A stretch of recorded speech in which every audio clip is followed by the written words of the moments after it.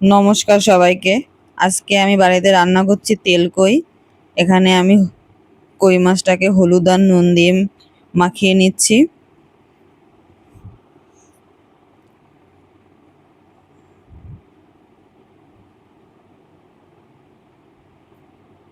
কড়াইতে তেল গরম করতে দিয়ে দিচ্ছি।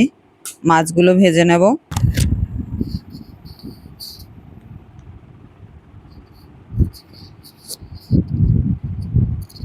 তেল গরম হয়ে গেছে, এবার আমি মাছগুলো দিয়ে দিচ্ছি। এপিট ওপিট করে মাছগুলো আমি লাল লাল করে ভেজে নিয়ে তুলে নেব।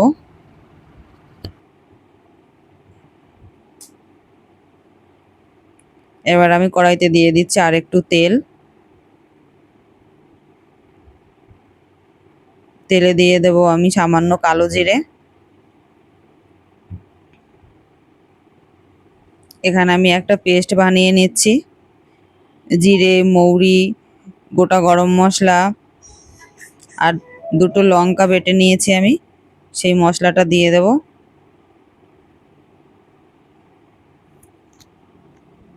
মশলাটা একটু ভাজা ভাজা হয়ে গেলে আমি এখানে দিয়ে দেব পেঁয়াজ, রসুন আর আদা বাটা।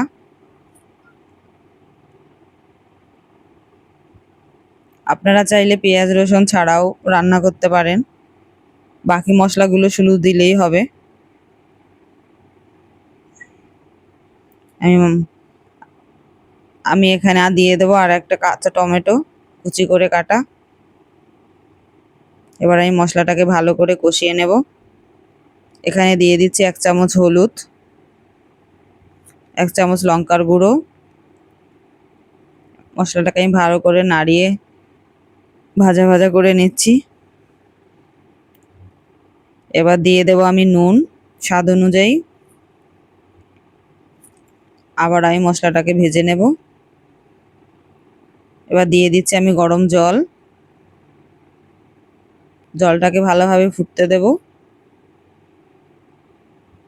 জলটা ভালোভাবে ফুটে উঠলে তবেই আমি মাছগুলো দেব। জলটা ভালোভাবে ফুটে উঠেছে, মাছগুলো দিয়ে দেব।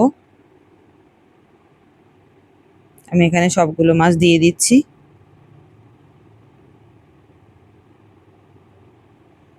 এবার আমি এটাকে 15 মিনিট হতে দেব।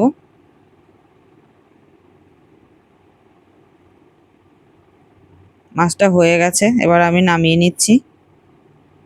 এখানে আমি বাটিতে নামিয়ে নিয়েছি।